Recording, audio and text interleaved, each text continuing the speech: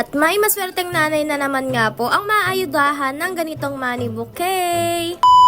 Hello mga mare, panibagong voice over vlog na naman tayo. And for today's video mga mare, ay samahan nyo naman akong gumawa ngayon ng money bouquet. Bali lahat nga pala ng gagamitin ko ngayon mga mi, ay in-order ko nga lang din lahat sa may orange app. At itong mga purple bills nga pala natin mga mare, ay talaga namang pinag-ipunan din. Anyways mga mi, wag nyo na nga rin palang pansinin yung boses ko kasi nga barado yung ilong ko. At bago pa nga ang sakuna mga mi, charis, uunahan ko na din kayo mga mare. First time ko nga palang gagawa ng money bouquet at hindi nga po ako expert dito. Saktong nood lang din ng tutorial sa YouTube. At hindi ko talaga sure mga mare kung tama nga ba talaga itong ginagawa ko. Pero since batang YouTube nga tayo, sige push natin to mga mi. Gantong fold nga lang din pala ang gagawin natin mga mare. Dito nga sa 50 pieces na 100 peso bills. Maganda nga rin pala siyang i-fold mga mare kasi nga malulutong yung pera. And anyways mga mi, itong money bouquet nga pala na ginagawa natin ay para nga pala sa mama ko. And since 50th birthday na nga niya itong November 9, naisipan ko nga siyang gawa ng money bouquet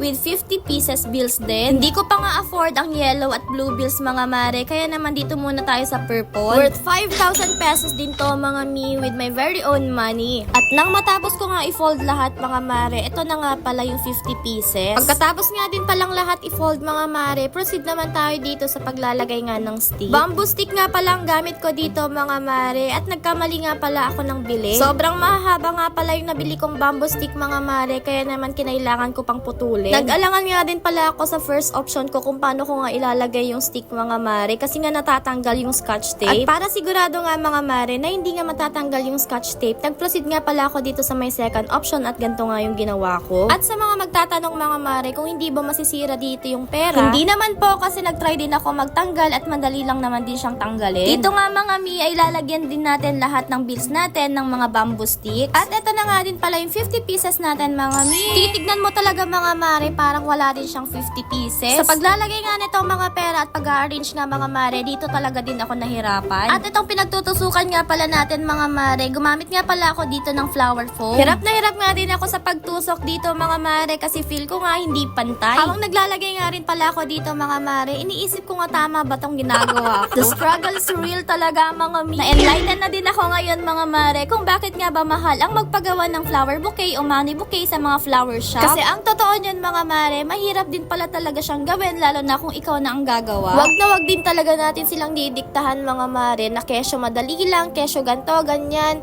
Tapos mahal. Ay, Day, gumawa ka talaga ng sarili mong bouquet nang makita mo. Ipupush ko na nga lang din talaga tapusin to mga mare dahil nga sayang ang effort ko at nasimulan ko na nga din. Bahala na nga din talaga si Batman dito mga mare. Akala mo din talaga mga mi, sobrang bilis lang gumawa ng ganito. Pero Day, naka-timelapse lang yan kasi ang totoo sobrang hirap at sobrang bagal ko nga maglagay niyan. And after 1, 2, 3, 4, 5 years, natapos ko din i-arrange itong mga pera mga mi. Yan pa nga lang din yung natatapos ko mga mare, pero ilang oras na nga ang ginugol ko dyan. Ewan ko na nga lang din talaga mga mare, basta ang mahalaga ay importante.